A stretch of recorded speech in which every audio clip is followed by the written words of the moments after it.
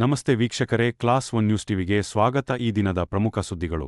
ದೇವನಹಳ್ಳಿ ತಾಲೂಕಿನ ಇಲತೊರೆ ಗ್ರಾಮದಲ್ಲಿ ನೆಲೆಸಿರುವ ಪುರಾತನ ಪ್ರಸಿದ್ಧ ಶ್ರೀದೇವಿ ಭೂದೇವಿ ಸಮೇತ ಶ್ರೀ ಮುತ್ತುರಾಯ ಸ್ವಾಮಿ ಸನ್ನಿಧಿಯಲ್ಲಿ ವೈಕುಂಠ ಏಕಾದಶಿ ಪ್ರಯುಕ್ತ ವೈಕುಂಠ ಏಕಾದಶಿ ಮಹೋತ್ಸವ ಮತ್ತು ವೈಕುಂಠ ದ್ವಾರ ಪ್ರವೇಶ ಹಾಗೂ ಶ್ರೀಮನ್ನಾರಾಯಣ ದರ್ಶನ, ತೀರ್ಥ ಪ್ರಸಾದ ವಿನಿಯೋಗ ಸಹ ನಡೆಯಿತು.